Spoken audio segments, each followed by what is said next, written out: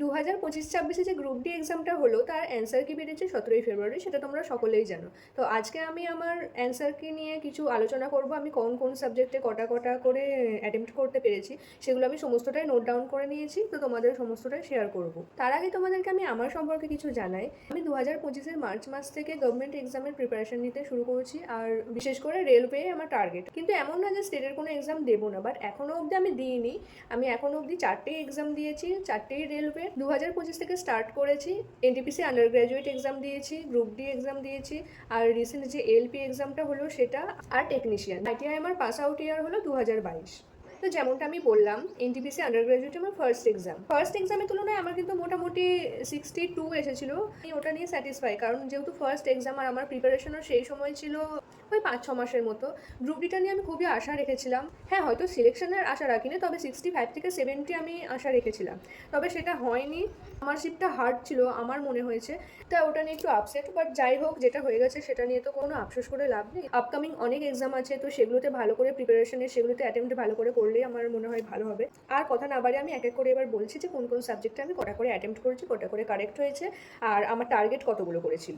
তো ফার্স্টে আমি ম্যাথে বলি। ম্যাথে আমি টার্গেট রেখেছিলাম 20, আর অ্যাটেম্প্ট করেছি 17, কারেক্ট হয়েছে 17। রিজনিং আমার 29 টার্গেট ছিল, আর 27 অ্যাটেম্প্ট করেছি, 27ই কারেক্ট হয়েছে। সায়েন্সে সায়েন্সে সত্যি বলতে আমি তো আর্টসের স্টুডেন্ট, তো ম্যাথটাও তো সেভাবে জানতাম না কিছু, তো সমস্তটা পুরো প্রথম থেকে শেষ অবধি সিলেবাস শেষ করেছি, তারপর প্র্যাকটিস চলছে। সায়েন্সটা আমি সেইভাবে মানে শেষ দূরের কথা, আমি শুরুই করিনি, মোটামুটি ওই এমসিকিউ দিয়ে চালাই। 15 টার্গেট রেখেছিলাম, 20টা অ্যাটেম্প্ট করেছি, 3টে রং হয়েছে, 17 কারেক্ট হয়েছে।